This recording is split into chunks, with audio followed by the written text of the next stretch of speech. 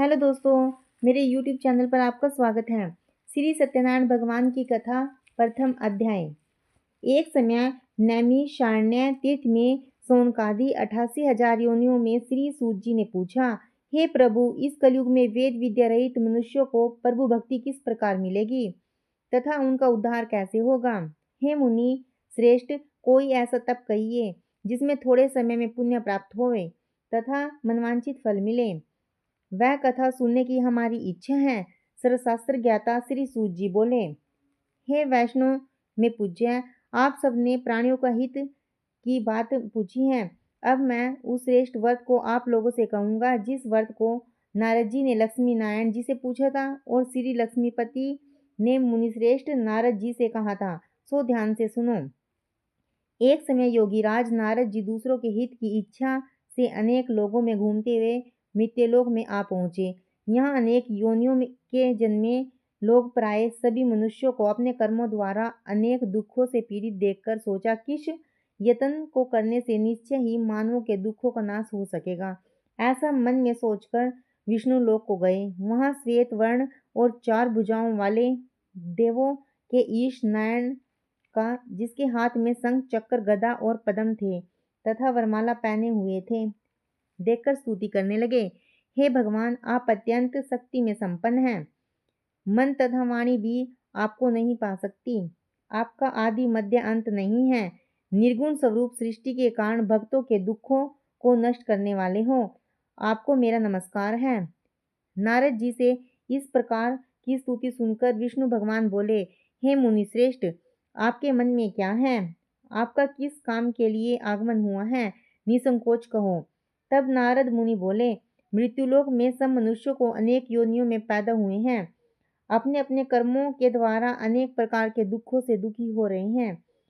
हे नाथ, मुझ पर दया रखते हुए बताइए, उन मनुष्यों के सब दुख थोड़े से ही प्रयत्न से कैसे दूर हो सकते हैं? श्री भगवान जी बोले, हे नारद, मनुष्यों की भलाई के लिए तुमने बहुत ही अच्छी बात पूछी है। जिसके करने से मनुष्यों मोह से छूट जाता है, वह मैं कहता हूँ। सुनो। पुण्य देने वाले स्वर्ग तथा मृत्यु लोक दोनों में दुर्लभ एक उत्तम व्रत है। आज मैं प्रेमवश होकर तुमसे कहता हूँ, श्री सत्यनारायण भगवान का यह व्रत अच्छी तरह विधानपूर्वक करके मनुष्य तुरंत ही यहाँ सुख भोग कर मरने पर मोक्ष को प्राप्त होता है। श्री भगवान के वचन सुनकर नारद मुनि बोले कि उस व्रत का फल क्या है, क्या विधान है, किसने यह व्रत किया था और किस दिन यह व्रत करना चाहिए, विस्तार से कहो। भगवान बोले, दुख शोक आदि को दूर करने वाला, धन धान्य को बढ़ाने वाला, सौभाग्य तथा संतान देने वाला यह व्रत सब स्थानों पर विजय करने वाला है। भक्ति और श्रद्धा के साथ किसी भी दिन मनुष्य श्री सत्यनारायण की शाम के समय ब्राह्मणों और बंधुओं के साथ धर्म प्रायण होकर पूजा करें।